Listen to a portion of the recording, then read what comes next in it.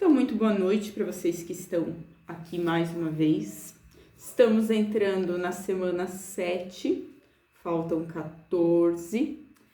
E como estão as nossas metas, né? Quando a gente não mede, a gente não consegue comemorar. Mas, se a gente vai comemorando de pouquinho, a gente começa a ver que o resultado ele vem, ele aparece. Eu estava compartilhando antes que esse final de semana nós estávamos viajando, e por mais que nós estava viajando, como eu tenho avaliação física amanhã, cuidei bastante. Quando a gente tem um objetivo, fica mais fácil para tu não se perder no caminho, né? Então, nós já percorremos 1/3 do caminho, né? Até o final do ano. Ainda dá tempo de quem não começou e quem começou de ir cada vez aperfeiçoando mais. O que a gente sempre tem falado é isso. Não preciso fazer perfeito tudo, mas eu vou sempre cuidando para estar numa semana após a outra, testando e aperfeiçoando, né? A gente não tá aqui para se comparar, mas para uma animar a outra, e às vezes aquilo que é fácil para mim, para o outro é mais difícil, às vezes o que para o outro é fácil, para mim é difícil, e assim a gente pode ir trocando figurinhas, né? Então, antes de tudo, eu vou orar, porque o Senhor é quem faz, né? Pai maravilhoso, obrigado por mais uma segunda-feira, Senhor. Obrigado por essa semana que se inicia, Pai. E nós precisamos, Senhor, tanto da Tua presença. Espírito Santo, nós precisamos de Ti desesperadamente.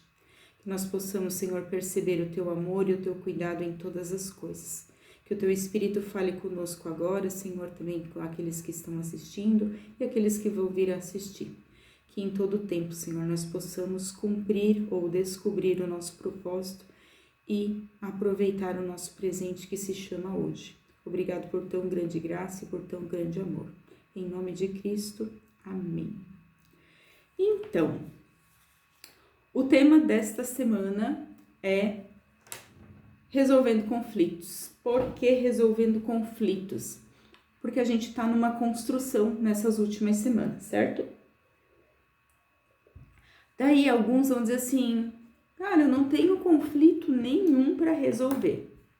Será? Então, o que eu tenho para dizer para vocês é que assim, nós sempre vamos estar passando por muitas situações, a gente já não vai mais falar problemas, né? Conforme a gente vai avançando no processo, a gente vai percebendo que os problemas nada mais são do que situações que são oportunidade para que a gente esteja se desenvolvendo. Então, a gente vai começar a, por exemplo, amar problemas, certo? Então, o que eu quero dizer com resolver conflitos? Alguns vão dizer assim, eu não tenho nada para resolver, que nem eu falei. Quando a gente perguntou, né? Será que não? Porque é o que eu sempre tenho falado assim, de novo, por que a gente mede? Para a gente saber aonde que tá o erro, aonde que tá o problema, né? Então, assim, o que é que eu estou tentando fazer? Lembra que era o tema da semana passada? O que eu estou tentando? Então, é assim, eu estou tentando ser uma esposa melhor. Para isso, eu vou tirar mais tempo de qualidade com o meu marido. Eu vou ouvir mais sem, talvez, falar tanto. Eu vou ser mais amável. Isso é o que eu estou tentando fazer. Aí vai acontecer situações que vão me bloquear, o que eu ainda preciso aperfeiçoar. E essas situações, que é o que a gente chama das situações emocionais, é que vão mostrar para nós aonde que tá o nosso conflito para responder, tá? Resolver. O nosso conflito, ele pode ser tanto com alguém, como pode ser conosco, como pode ser com Deus. Ai, Tati, tu vai de novo falar com Deus. Esses dias atrás me perguntaram, tu continua colocando Deus no teu trabalho? Daí eu disse assim, então, não tem como tirar ele de nada? E se eu colocar ele no meu trabalho te incomoda, talvez você tenha algum problema para resolver com ele. Talvez o teu conflito seja com ele. Por quê? Talvez da construção que você tem sobre Deus, né? Da concepção que você tem sobre Deus. Eu costumo dizer que assim, que por mais Por mais que os nossos pais tenham sido maravilhosos e perfeitos, eles ainda não conseguiram nos mostrar toda a visão de Deus, né? Então, às vezes a nossa visão sobre ele, ela tá distorcida por isso. E daí, quando eu me incomodo de que eles falaram assim, tu mistura Deus com tudo, né? Não, na verdade eu não posso tirar ele de nada, porque ele é o tudo, né? Se você não consegue perceber isso e isso te incomoda, talvez seja porque você tem uma visão distorcida a respeito disso. E talvez esse seja o teu conflito, entende? O nosso conflito, ele sempre vai estar ligado com alguma crença de alguma construção que de novo vai vir lá do nosso passado. O nosso passado, ele precisa ser todo resolvido ou todo ressignificado, porque de alguma forma as nossas escolhas de hoje, elas sempre vão olhar, o nosso cérebro ele vai sempre olhar para trás para dar sentido naquilo. Então dizer que eu não estou passando por conflito nenhum não existe, né? O que acontece com algumas pessoas, elas ignoram o fato, e daí isso já é uma parte do que a gente vai chamar do ciclo da autossabotagem. Eu já nem penso mais nisso. Acha que não, já ignorou o fato, mas quando a gente começa a fazer as ferramentas para mensurar as coisas, a gente percebe que esse assunto, ele vai e volta talvez de uma forma diferente, talvez numa roupagem diferente. Então, significa que eu simplesmente ignorar o fato não faz com que ele seja resolvido. Algumas pessoas acham que eu fingir que eu resolvi vai fazer o negócio desmanchar e desaparecer. Não vai acontecer, tá? Então, primeira coisa que a gente tem que saber, que a gente sempre vai passar por conflitos. A gente sempre vai precisar resolver essas situações e esses problemas. Como? Primeiro de tudo, eu preciso me conhecer.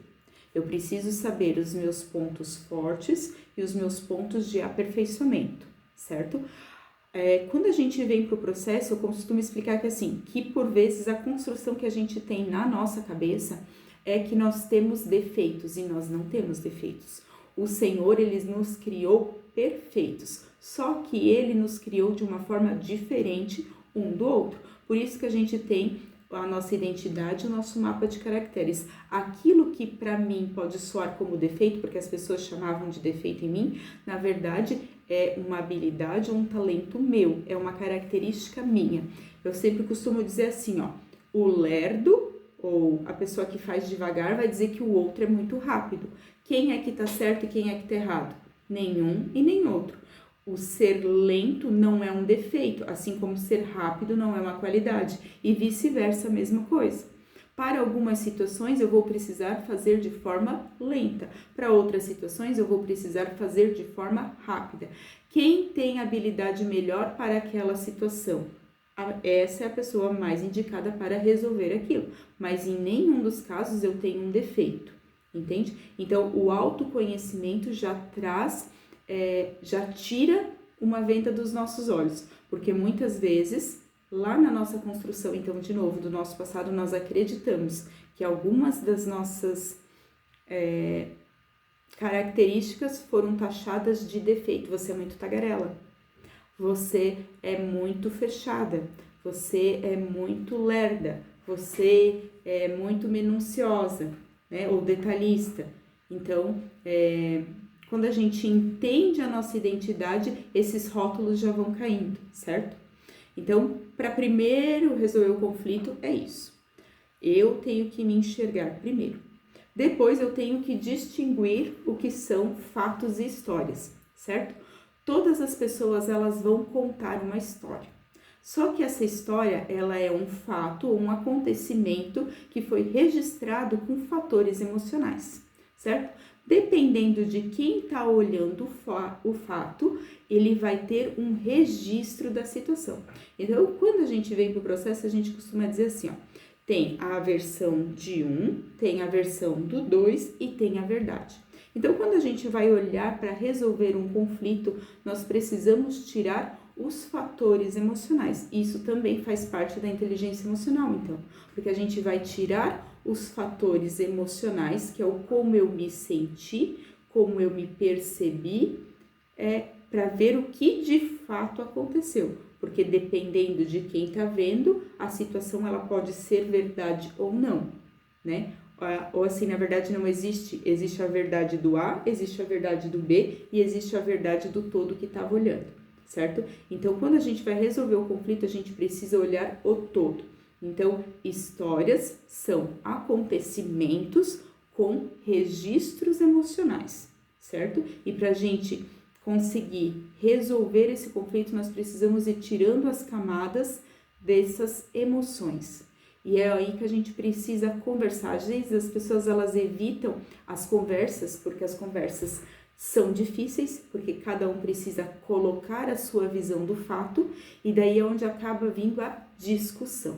Por vezes, na nossa cabeça, a gente acredita que discussão é algo ruim. Não, discussão é todos poderem colocar a sua visão acerca do fato ou da história, certo? E daí, num todo, quando a gente coloca todo o fato e todas as intenções na mesa para discutir, discutir não é brigar, a minha visão é essa, eu percebo que é desta forma. E agora, numa visão de cima, a gente consegue resolver a situação.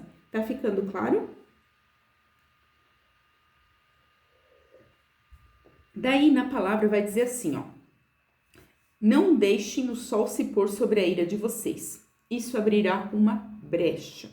E essa brecha, quando não resolvida, vai se transformar numa fortaleza. E essa fortaleza, por sua vez, que é um afastamento, né? Uma fortaleza como se fosse uma muralha, essa fortaleza vai trazer um estilo de vida de desobediência. Por quê? Porque nós somos seres relacionais. Nós fomos criados para o relacionamento e o convívio com o outro. E por conta de situações ou o que eu senti, uma situação ruim não precisa se tornar uma convicção. Não é porque aconteceu uma vez que vai acontecer sempre. Mas assim, aconteceu uma vez um problema. Eu não resolvo aquele problema, eu finjo que tá tudo certo. Numa próxima vez, talvez não seja com a mesma pessoa, mas eu vou colocando o que a gente chama de uma armadura, vamos dizer assim, que é essa fortaleza. E essa fortaleza vai afastando a gente das relações, certo? Então, eu não resolvi o conflito com alguém. Eu talvez não estou mais em conflito com aquela pessoa, mas eu estou tão protegida por conta dessa brecha que foi aberta, dessas fortalezas que foi feita, que eu vou me privando de ter uma vida plena com outras pessoas por conta de um acontecimento ruim, certo? Então, assim, por que eu preciso resolver isso? Quando a palavra diz que a gente precisa resolver, é justamente para que a gente saia desse murinho de proteção. A gente acredita que a gente pode se proteger quando a gente afasta as pessoas, mas não. A gente se protege quando a gente se coloca vulnerável, falando dos nossos sentimentos, das nossas emoções, dos nossos sentimentos. E daí o Senhor nos torna fortes e poderosos. Quando eu me boto vulnerável perto dele, perto dos outros, eu me permito que ele me cuide.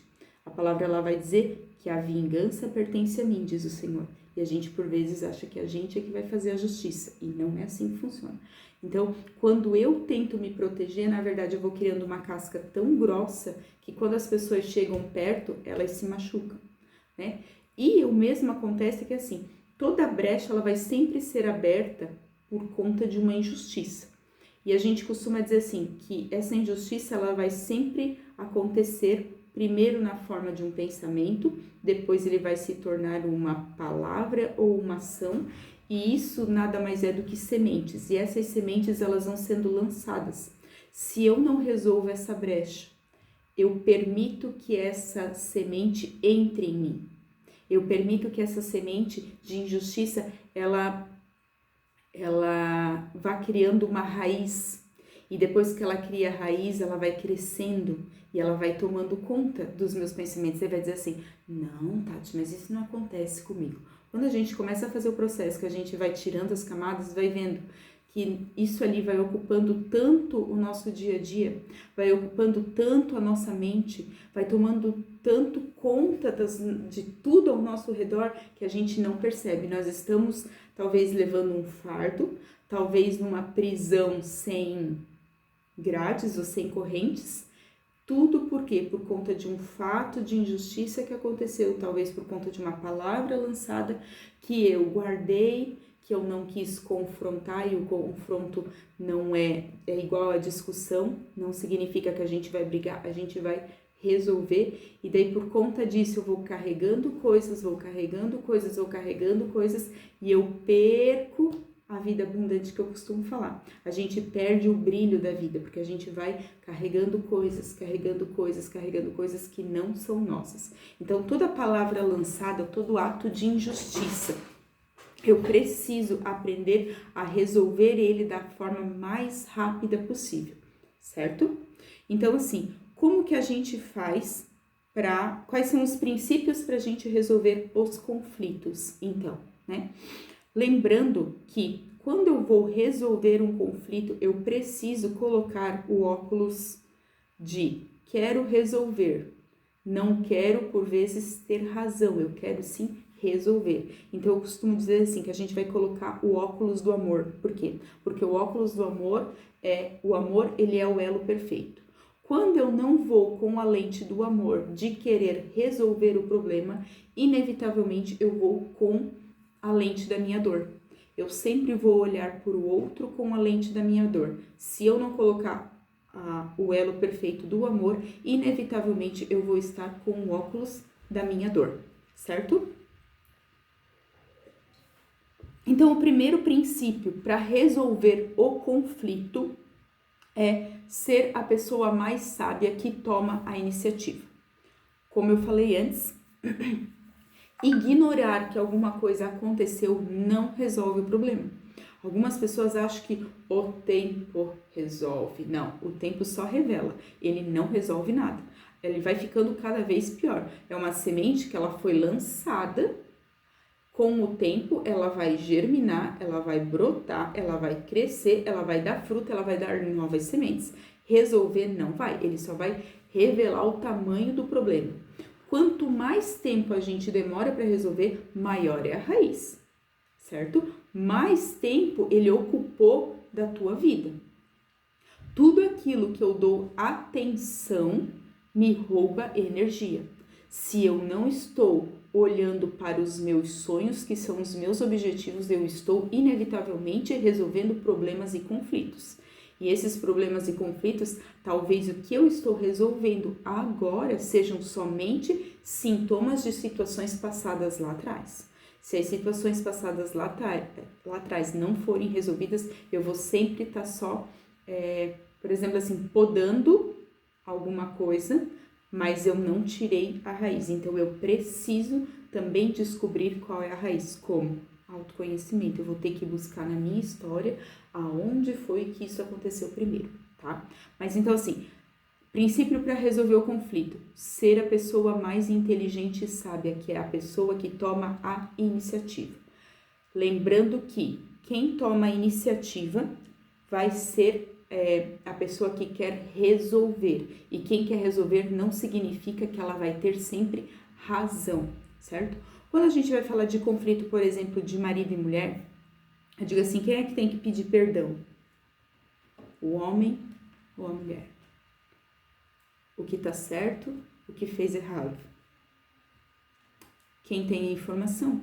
Quem é o mais sábio? Quem é que sai ganhando quando a gente consegue resolver um conflito? Se vocês têm filhos, os filhos. Se não, é o próprio casamento, certo? Toda vez que eu resolvo um conflito, eu vou amadurecer. Eu vou me tornando mais maduro e mais adulto, certo? Eu consigo cada vez mais, é como se fosse um músculo de academia, um músculo.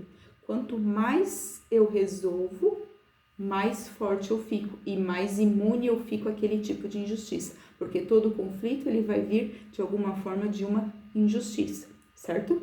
Então assim, quem é que precisa resolver? O adulto, o responsável, o menos tolo, que sejamos nós, esses que resolvem as situações e não que fica protelando e colocando para frente, tá? Então esse é o primeiro passo. Eu digo, quando as pessoas vêm para o processo, normalmente elas vêm e elas acreditam que o problema está sempre no outro. tá sempre no outro.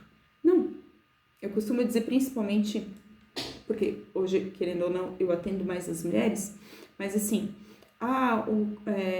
quando eu digo assim, qual que eram, me diga características do teu marido, porque o meu marido era isso, porque o meu pai era aquilo, porque o meu fulano era aquilo, tá, e você? Você era o quê? Pois é, eu também era isso. Quando a gente aprende que tudo são estímulos e que a gente consegue, através dos nossos estímulos, conseguir as respostas, quando eu me conheço, eu consigo provocar no outro a resposta que eu quero. Então, o autoconhecimento e o domínio disso faz com que eu busque, ou melhor, que eu encontre no outro a resposta que eu estou precisando. Mas para isso eu tenho que saber o estímulo certo de dar. Então, é o que eu digo para as meninas assim, ó. O meu marido é isso, o meu marido é aquilo, o meu marido era aquele outro, tá. E você era como? Você também não é a mesma pessoa. Qual é o estímulo que você estava dando lá que você não está dando hoje? Se você quiser, você muda o seu marido. Se você quiser. Então, assim, dê o primeiro passo e seja a pessoa que quer resolver o problema.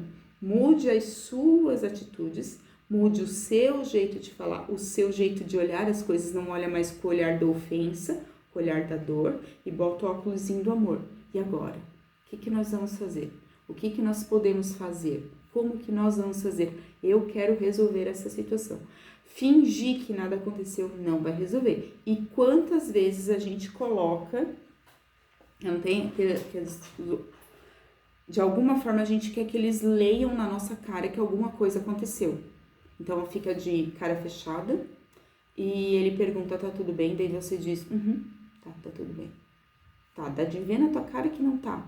E tu acha que ele vai adivinhar o que foi que aconteceu. Se você não falar, daí quer falar de forma grosseira muitas vezes. Aí onde eu digo, a gente tem que aprender a falar das nossas necessidades sem atribuir o outro a responsabilidade de resolver. Mas eu posso me dizer, me sentir assim. Não gosto quando isso aconteça. Talvez você não sabia, mas a partir de agora você sabe. Isso me incomoda, então se da próxima vez você puder fazer diferente, se eu sou importante para você, se você evitar esse tipo de situação que me machuca, a gente funcionaria melhor. Ótimo! Isso é uma comunicação assertiva, entende? Que é o próximo passo. Então assim, primeiro de tudo é dar o primeiro passo. Procurar um ambiente para que a gente possa conversar. Outra coisa muito importante quando a gente vai sentar para resolver um conflito, para resolver uma situação. A gente não pode estar nem cansado demais. A gente não pode estar com fome e a gente não pode estar com pressa. Aonde que acontece os maiores BOs? Quando a gente tá com pressa, no final, porque tá saindo, porque tá atrasado, porque tá alguma coisa aconteceu, e daí é onde a gente estoura com todo mundo. Ou, principalmente para quem tem filho, quando a gente chega no final do dia, que tá todo mundo com fome, tá todo mundo cansado, é a hora, nem muito feliz, nem muito triste, é verdade. A gente não pode estar no excesso da emoção também, porque senão a gente se perde. Mas assim, quando a gente vai, por exemplo, botar as crianças para dormir no final do dia, ou quando vai dar a janta, né? É a hora que mais acontece os conflitos. É a hora que tu mais é ríspida com os seus. Por quê? Fome, cansaço e pressa. Então eu preciso perceber. E daí de novo vem o autoconhecimento. Eu vou me poupando dessas coisas. Eu vou antecipando os problemas. E vai cada vez a minha vida ficando mais fácil, tá? Então, toma a iniciativa e não estou nem cansado demais, nem com pressa e nem com fome, porque todo mundo com fome é perigoso, tá? O segundo passo, então, é examinar primeiro a minha parte, a minha responsabilidade e a minha falha, certo? Eu sou responsável. Eu bati na mesa e derrubei o copo. O copo quebrou. Eu não vou sair perguntando quem foi que deixou esse copo aqui. Por que o copo estava no canto da mesa?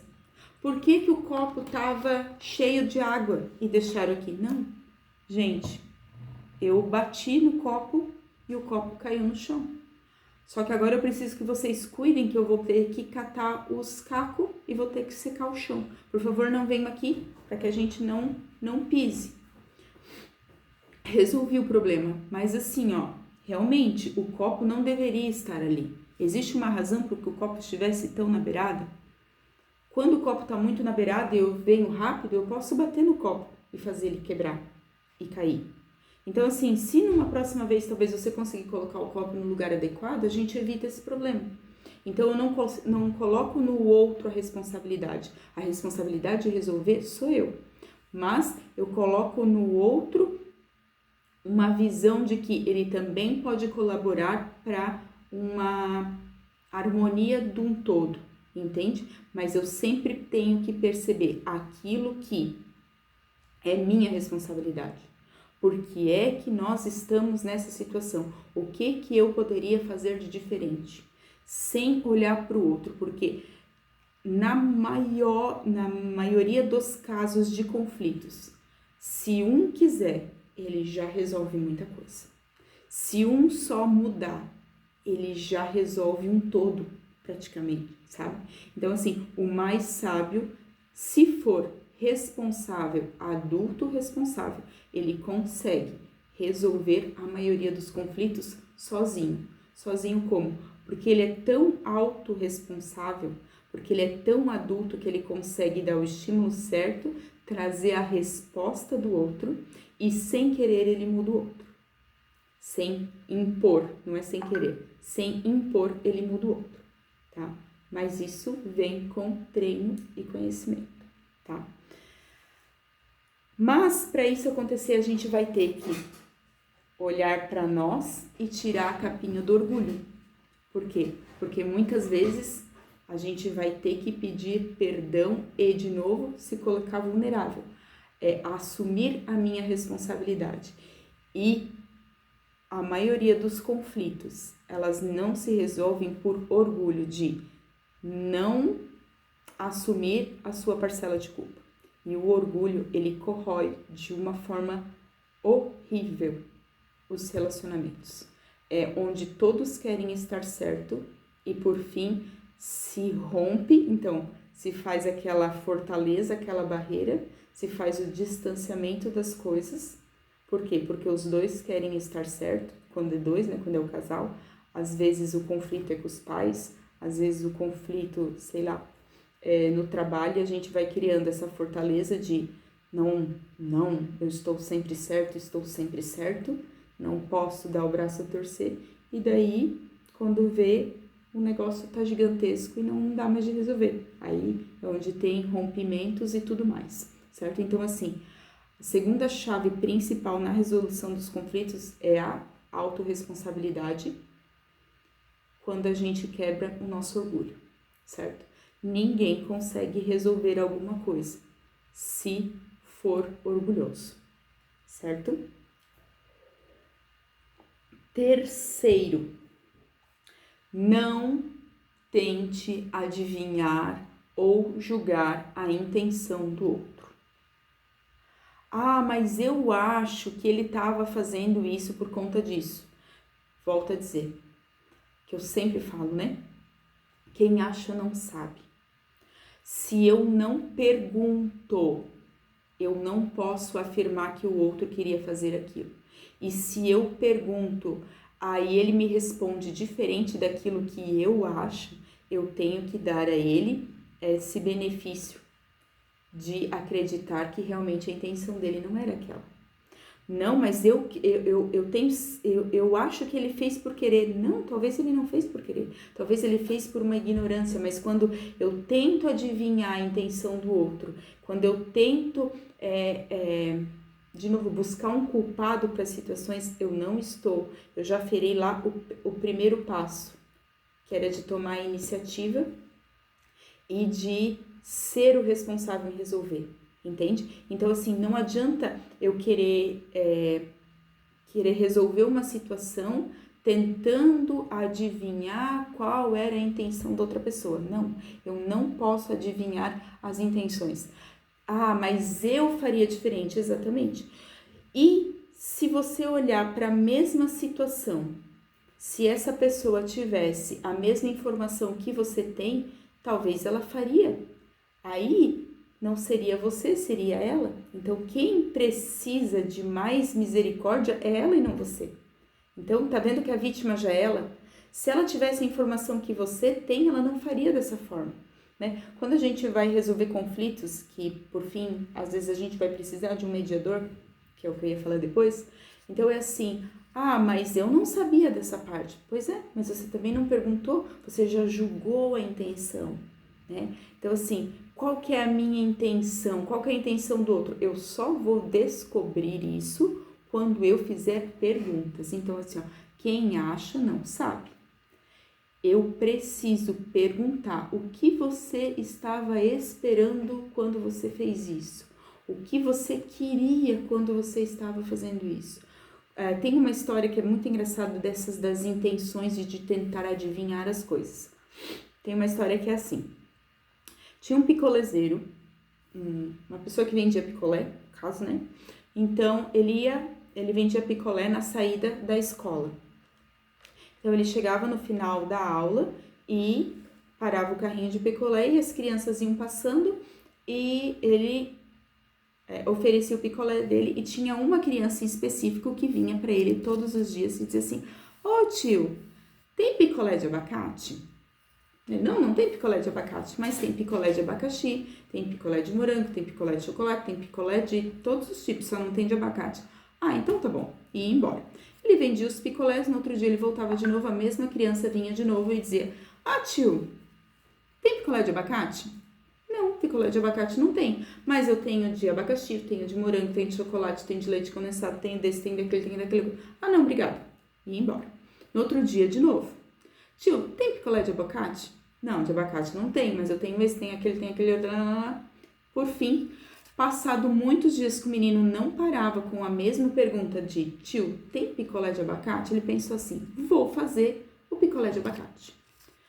Tirou tempo, fez picolé de abacate, chegou na frente da escola empolgadíssimo, esperando o dito do guri chegar. E o guri naquele dia até deu uma atrasada. Quando ele avistou o piá, ele já pegou o picolé, esperando o menino com o picolé na mão já.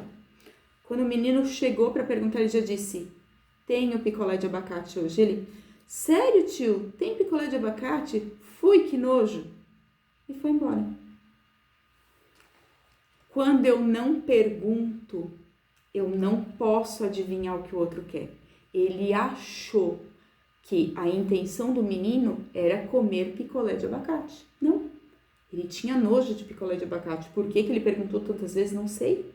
Talvez se ele tivesse perguntado, você quer picolé de abacate? Você quer que eu teste picolé de abacate? Não sei qual é a história. Só que quando a gente não faz perguntas, a gente não pode tentar adivinhar a intenção da pessoa. Sempre tem uma história por trás. Talvez a justificativa até seja boa, talvez a justificativa seja ruim, mas eu tenho que parar para ouvir, entende? Então eu não posso sair adivinhando qual é a intenção das pessoas. Eu preciso ouvir e perguntar quais são as intenções, tá? Próximo, tem outra coisa.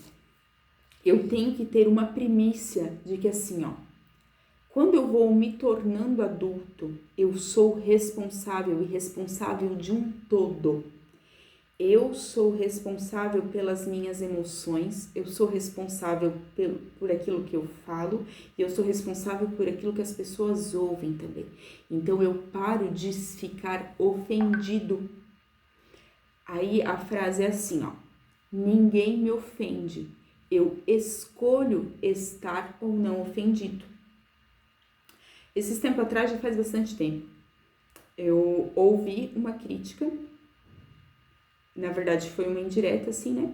E na hora eu fiquei muito brava e fiquei ofendida. Logo depois eu pensei, opa, você é o adulto? Você não pode ficar ofendida. Você escolhe se você quer que essa semente brote ou se você quer arrancar isso. Então eu escolhi, eu não vou ficar ofendida, porque isso tem a ver com a história da pessoa. Esse fato não é verdade. Aquilo que ele falou para me ofender não era verdade. Mas eu cheguei na pessoa e disse, olha, Você falou isso e no primeiro momento eu me senti ofendido. Depois eu lembrei que eu sou adulto e que eu escolho ou não ficar ofendido. Só que quando você fala dessa forma, sem saber essa outra parte, você pode machucar as pessoas. Da minha parte tá tudo bem, mas eu acredito que quando você usa a sua voz para fazer isso, pode acontecer isso. Pronto. Eu exponho a minha situação ou a minha visão sem dizer pro outro, você não pode fazer assim, eu me senti assim, eu fiz isso por causa daquilo. Eu tiro a responsabilidade do outro, boto tudo em cima de mim, entende? Eu vou tentando com esse olhar de conciliação, sem ter a razão, entende? Eu não sou a pessoa que tenho sempre a razão. Eu tenho que trazer com o máximo de clareza a minha visão, sem colocar sobre o outro esse peso de saber tudo também. Talvez ele tenha um porquê falar daquela forma, o porquê se sentiu assim. E quando a gente traz para discussão, querendo resolver, a gente consegue ver a visão de todo mundo. E daí tem conciliação. Então, essa desconstrução precisa ser feita da discussão. Discussão é um meio de verificar a visão de todo mundo e chegar num consenso. Sem discussão, não tem resolução. Discussão é diferente de briga. Algumas pessoas acham que discutir é brigar. Não é. Até nos relacionamentos não tem, né, o dito do DR. Ai, vamos discutir a relação. Discutir a relação não deveria ser uma coisa ruim. Discutir a relação deveria ser algo natural a ser feito, sem um tempo específico. Até porque não que eu seja perfeita, mas dentro do meu casamento, dentro do nosso relacionamento, a gente nunca teve esse costume de, nossa, hoje nós vamos sentar para discutir a relação. Não, a gente não costuma deixar as coisas para resolver depois, a gente vai colocando as visões. Como eu falei, nós não somos perfeitos, mas tem casais que parece que vão fazendo listinha de quando não dá mais, então agora nós vamos sentar e discutir a relação. Não pode ser assim, tá? Próximo, então. Antes de tudo, ou melhor, antes de tudo, depois, no quarto passo já, eu preciso, antes de falar, eu preciso ouvir. Lembra do picolé? Como é que eu vou, se eu não posso adivinhar a intenção do outro, como é que eu vou saber? Fazendo pergunta e ouvindo a resposta, né? A comunicação, ela precisa ser cada vez mais ajustada. Aquilo que um fala não é necessariamente o que o outro ouviu. O que significa isso para ti? O que você quis dizer quando você falou isso? Isso é muito engraçado quando a gente começa a perceber. O meu pai tinha um costume que primeiro eu achava muito ruim. Depois eu aprendi que ele era mais sábio do que eu. Toda vez que a gente fazia uma pergunta para ele, ele respondia a mesma pergunta. Era assim: pai, você almoçou hoje? Ele dizia o quê? Se eu almocei hoje? E daí ele respondia, para ver se aquilo que eu tinha perguntado era realmente aquilo que ele tinha ouvido. E às vezes aquilo que a gente fala não é o que outra pessoa escutou. Até porque às vezes tem ruídos, às vezes a gente tá, né, no meio do barulho e a gente acaba falando coisa. E quantas vezes pode dar um grande BO porque a gente não ouviu nem a pergunta ou nem a exposição da pessoa. A gente já vai no automático achando que é isso, achando que é aquilo, aquele outro. Então, quando a gente vai perguntar ou quando a gente vai discutir, a gente, tá, o que você disse foi isso? Não, não foi isso. Ah, o que eu entendi foi isso. Vou dar um exemplo meu. Eu, quando tenho um problema para resolver, antes de eu resolver o problema, eu preciso pensar sobre, porque é o meu modo de resolver. O meu modo de resolver é pensar sobre, é como assim, eu preciso digerir. Para eu digerir, eu preciso ficar sozinha. A gente vai chamar dentro do processo, a gente chama de tempo de caverna. Alguns não precisam, No meu caso, eu preciso. Então, quando eu tinha um problema para resolver, eu dizia assim, eu tenho vontade de sumir. Quando eu dizia, eu tenho vontade de sumir, ainda que o problema não fosse com o meu marido, ele entendia assim, ela quer sumir, ela vai embora. Ela vai embora porque eu fiz alguma coisa de errado. Foi o que eu falei? Não, eu falei, tenho vontade de sumir, no sentido de quero ficar tão quietinha, tão sozinha, para conseguir organizar o que está na minha cabeça e perceber aonde foi que eu errei. Meu marido entende com o repertório que ele tem. Ela vai embora, ela vai sumir, ela não me quer mais. Por quê? Porque a dor dele era essa, entende? Quando a gente não bota a lente do amor, inevitavelmente a gente vai usar a lente da dor, tanto no ouvir quanto no responder também. Então é onde eu preciso ir aperfeiçoando a comunicação. Então, às vezes a gente começa eu costumo dizer assim, a gente precisa desenhar a situação. Então, quando eu digo pro meu marido, eu já não digo mais, tenho vontade de sumir, eu digo pra ele, eu preciso ficar sozinha. E isso não tem nada a ver com você. Pronto. Comuniquei para ele certo, da forma que ele consegue entender, certo? Então, assim, eu preciso aperfeiçoar a comunicação em todas as coisas. Até com os nossos filhos, muitas vezes. Esse final de semana foi engraçado.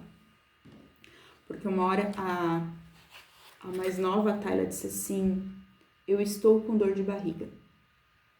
O que é dor de barriga para uma criança? Pode ser muitas coisas.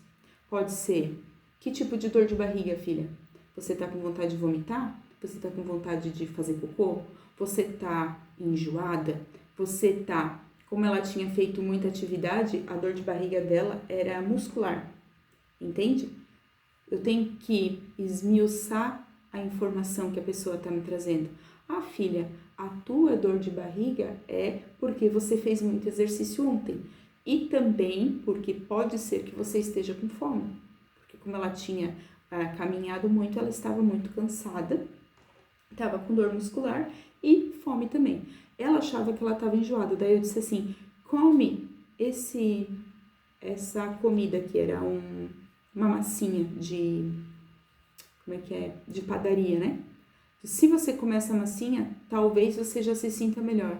Ela comeu, mãe, era isso mesmo, eu estava com fome, não estava enjoada, então a minha dor de barriga pode ser muita coisa.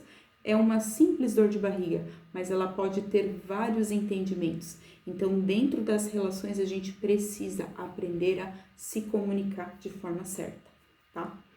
Outra coisa, existem algumas situações que a gente vai precisar de um conciliador. Por quê? Porque existem situações que a gente está tanto tempo protelando que já não consegue mais entrar num consenso. E daqui a pouco a gente está tão na lente da dor que a gente já não sabe nem por que começou a discussão, certo? Então, dependendo do tipo do conflito, eu vou precisar de um mediador. Existem muitas pessoas que têm a boa vontade de querer ajudar. E quantas vezes a gente se enfiou no problema do outro? Por exemplo, assim, talvez a gente foi a criança que quis ajudar os nossos pais a resolver os problemas. Talvez, enfim, a gente gosta de ser útil em algumas situações, só que eu só consigo ajudar naquilo que eu tenho habilidades para. Eu não posso me enfiar no problema de outra pessoa sem ter a habilidade para isso. Por quê? Porque eu preciso ajudar como mediador de uma forma que aquilo não me afete. Eu tenho que ser o mais neutro possível. Então, assim, às vezes em conflitos de família, não sou eu que vou ser o mediador, certo? Quando o conflito é na minha família, vamos dizer assim, certo? Eu preciso perceber aonde que eu vou ser útil e aonde que eu talvez vou conseguir fazer sozinho, então vamos pensar assim, ou aonde que eu vou precisar de alguém para fazer isso de uma forma mais assertiva. Porque às vezes a gente vai para essa discussão com a boa intenção de resolver, mas como eu falei, o assunto ele já está tão desgastado, a dor e esse sentimento de culpa, de tristeza, de ira, de indignação já está ali tanto tempo e começa a revirar aquilo de uma forma, como eu falei, talvez a intenção até era boa, mas isso acaba prejudicando mais do que ajudando.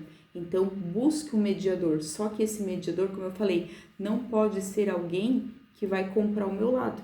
Então, assim, tem um conflito para resolver, eu e o meu marido. Vou chamar a minha mãe de mediadora? Não, né? Vou chamar a minha sogra de mediadora? Também não. Então, às vezes, precisa ser, talvez, um casal amigo do casal, é o mais certo. Por quê? Porque daí tem uma visão de um todo, né? Não, vou chamar minhas amigas. Claro que não. Então, precisa ser alguém que seja mais neutro. E outro, vou chamar um casal? Posso chamar o casal, desde que esse casal tenha habilidades para lidar com aquilo. Porque, às vezes, a gente vai levando os nossos problemas para as outras pessoas e elas não têm essa capacidade. Ou eu vou pegando os problemas dos outros para resolver sem que eu tenha essa capacidade. E aqui entra outra coisa muito importante. Se eu não sou parte do problema e eu não sou parte da solução do problema, eu não me envolvo no problema.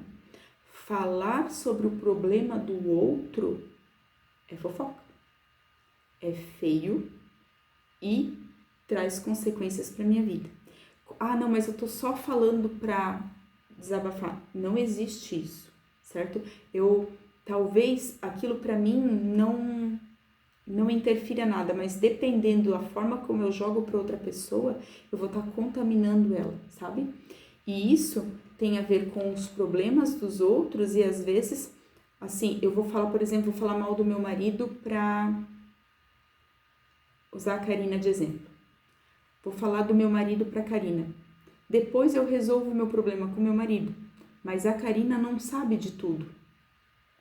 Eu coloquei informações na Karina que ela vai olhar para o meu marido com um olhar diferente. Entende que eu coloco no outro, eu contamino o outro com uma visão que eu tinha distorcida quando eu não tinha o assunto resolvido? Então eu tenho que cuidar com as pessoas que eu vou compartilhar os conflitos, tanto o meu quanto dos outros, certo? Eu preciso compartilhar com pessoas que tenham essa capacidade de conseguir separar, certo?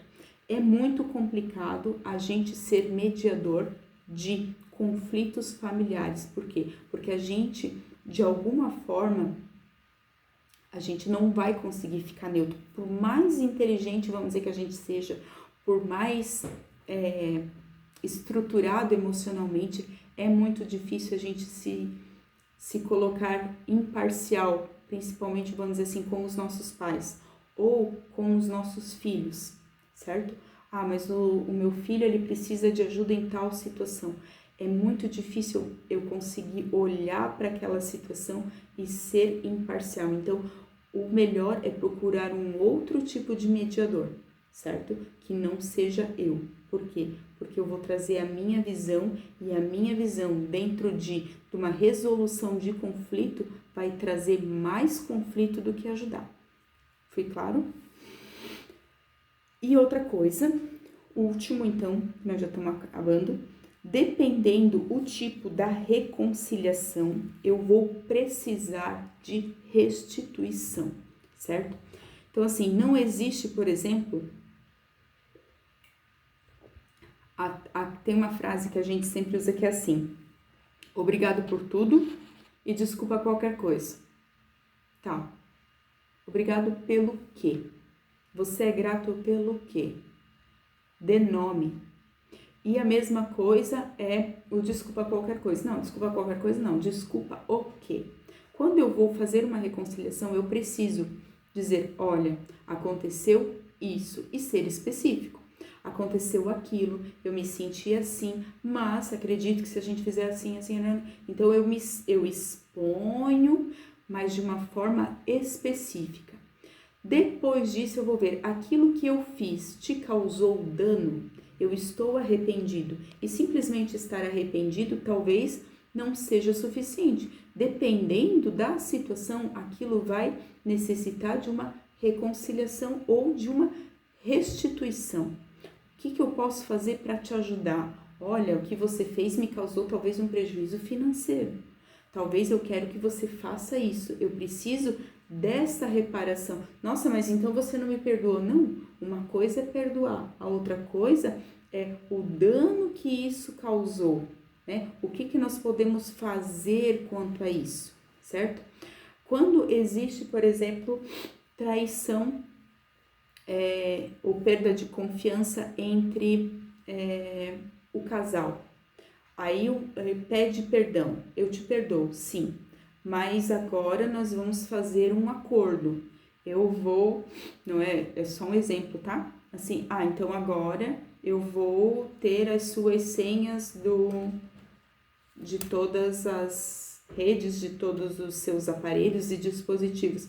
Nossa, mas então você não confia em mim? Não, eu confio em você, eu perdoei você, mas a partir de agora você vai ter que começar a ganhar ou reconquistar a minha confiança. Significa que eu não te perdoei? Não, só que agora a consequência é essa, certo? É igual um filho, por exemplo, quando ele faz alguma coisa que não era para ter feito. Você perdoa, você explica, mas você não pode tirar dele a consequência do ato que ele fez. Você perdoa ele, filho, tá tudo bem, você não fez a tarefa ontem, tudo certo, a mãe entende, mas a consequência é, eu te amo, você está perdoado, porém a consequência é, nós tínhamos conversado que você ia, ficar sem o desenho, então não é porque eu te perdoei que eu vou deixar você assistir o desenho, vai sofrer a consequência. E na reconciliação acontece a mesma coisa. Às vezes a gente vai resolver o conflito, mas eu tenho que perceber, se eu causei algum tipo de dano, eu preciso reparar, a pessoa também, e às vezes eu vou ter que ser esse que vai ter que, aos poucos, reconquistar a confiança, sem ficar jogando na pessoa, né? De, não, então você não me perdoou. Então é assim. E de se colocar como vítima. Não, realmente, você tem razão. Você pode olhar todas as minhas senhas. Eu entendo que isso é para sua segurança. Ou é porque para você se sentir mais confortável, vamos dizer assim, né? Então, claro que aqui falando de forma genérica fica mais difícil às vezes da gente entender. Mas quando a gente pega ponto a ponto, aquilo que a gente precisa fazer é assim, certo? Então, vamos repassar os pontos. O primeiro de tudo, tomar iniciativa, certo? E quando eu tomo a iniciativa, não significa que eu tenho razão, né? Ou que eu estou certo, mas eu sou a pessoa que quer resolver, tá? Segundo, eu tenho que ver a minha parte de responsabilidade quebrando o meu orgulho. Terceiro, não julgar intenções, não tentar adivinhar as intenções. Eu preciso fazer perguntas. Quarto, ouvir e aperfeiçoar a comunicação. Perceber se aquilo que eu estou falando realmente é o que a pessoa está ouvindo. Quinto, procurar um mediador e não ser o mediador daquilo que eu não tenho habilidade para resolver. E nem em lugares onde eu não possa me manter neutro na situação. E quinto ou sexto, que agora eu já me perdi, reconciliação pode por vezes precisar de restituição e eu preciso ser específico naquilo que eu estou pedindo perdão ou naquilo que eu estou liberando de perdão, certo? Eu preciso colocar, os acordos deles precisam ser específicos. Não, mas a gente não tinha combinado isso, não. É assim, e daqui pra frente é assim, e nós vamos fazer assado e assim, assim, assim. Então, assim, existe conflitos que a gente precisa resolver, todo mundo tem. Aquilo que muitas vezes volta na minha cabeça, o modo como talvez eu respondo às pessoas tem a ver com alguma coisa que está guardado.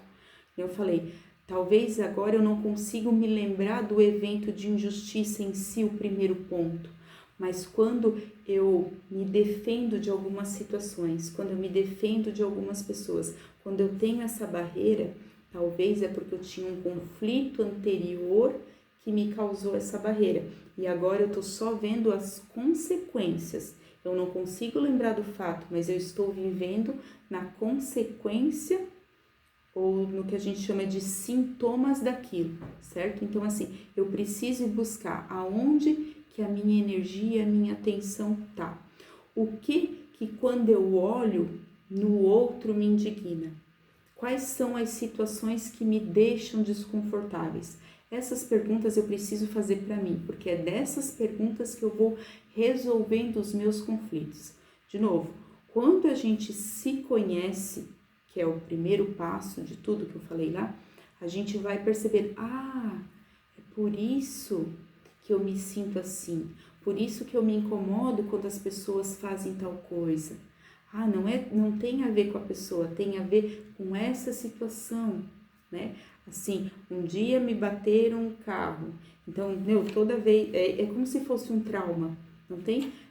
Eu sofri um acidente de carro e agora toda vez que eu passo perto daquele lugar, parece que me acelera, entende? Talvez depois de anos eu não vou lembrar que foi porque eu bati o carro, mas eu já percebi que toda vez que eu passo num lugar, aquilo me acelera. Ou toda vez que alguém diz cala a boca para uma criança, isso me incomoda.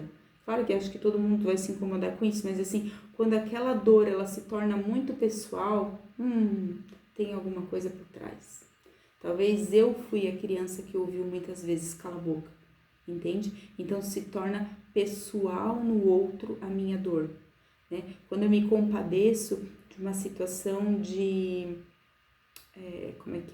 de abandono de criança, que nem eu falei, talvez tem coisas que todo mundo se compadece, mas quando aquilo se torna muito pessoal e eu já não olho mais talvez para o abandono da criança, mas eu fico olhando para o pai que abandonou e eu começo a criar raiva daquela pessoa, aí é que tá, o meu ponto não tá mais no abandono da criança, é a minha dor de talvez um dia ter sido abandonado.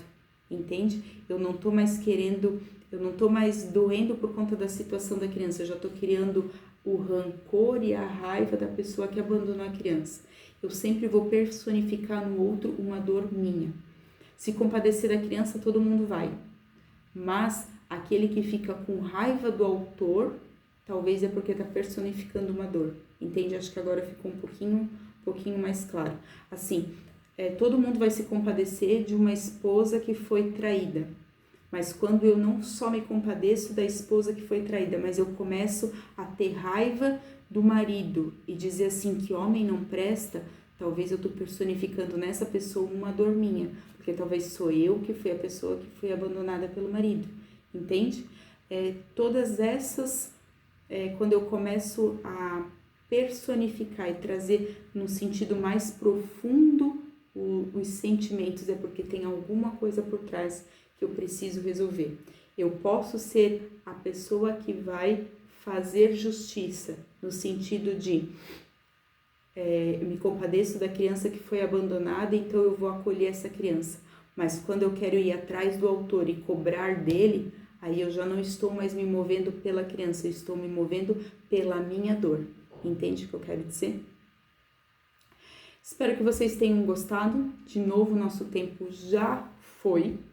As nossas metas permanecem as mesmas, por quê? Porque, de novo, é nessas metas e nessas tarefas que a gente consegue ir se aperfeiçoando e se medindo e comemorando aquilo que a gente está construindo, certo?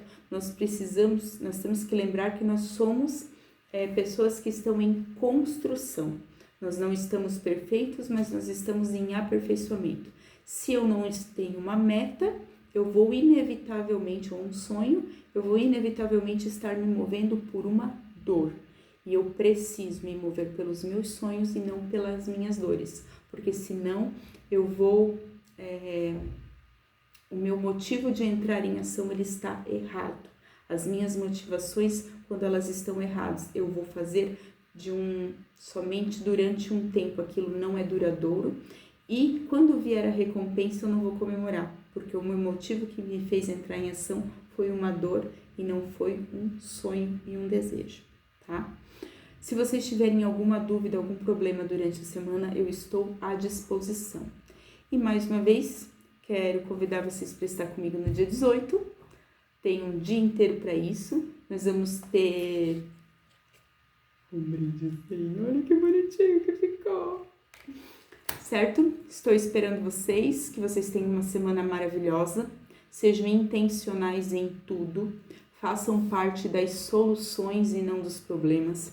Sejam as respostas para as pessoas e não aqueles que trazem mais conflito e mais problemas, vamos dizer assim, né? Que nós sejamos as pessoas que sejam reconhecidas por ser otimistas, por estar incentivando uns aos outros, por estar suportando uns aos outros e não aquele que precisa ser orientado e cuidado o tempo inteiro de estar sempre no mesmo lugar, que nós possamos estar sempre nos movendo para problemas maiores, situações maiores, porque o problema ele vem para nos trazer aperfeiçoamento. E esse aperfeiçoamento vai nos levar cada vez para mais perto dos nossos sonhos, para cada vez mais perto para as realizações, e nós vamos nos tornando seres melhores e que servem muito mais aonde a gente está, certo?